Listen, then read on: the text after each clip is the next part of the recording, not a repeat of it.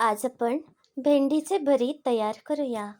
भेंड्या स्वच्छ धुवून चांगल्या पुसून घेतल्या आणि यानंतर याप्रमाणे चिरून घेतल्या आहेत.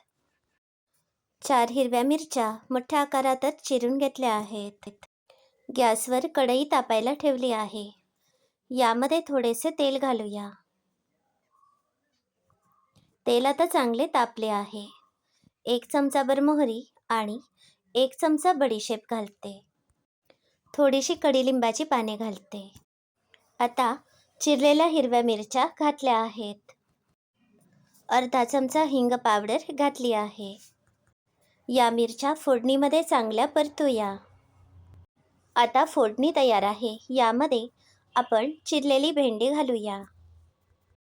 ही भेंडी फोडणीमध्ये चांगली परतूया.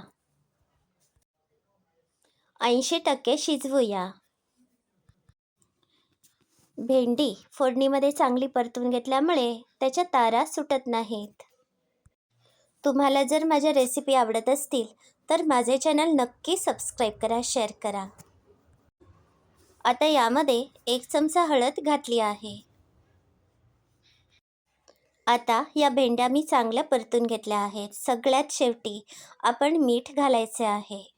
यामुळे मिठाचे पाणी सुटत नाही. असे केल्यामुळे भेंड्यांना तारा सुटत नाहीत. आता मी गॅसची फ्लेम बंद केली आहे. 1 मोठी वाटी भरून ताजे दही घातले आहे.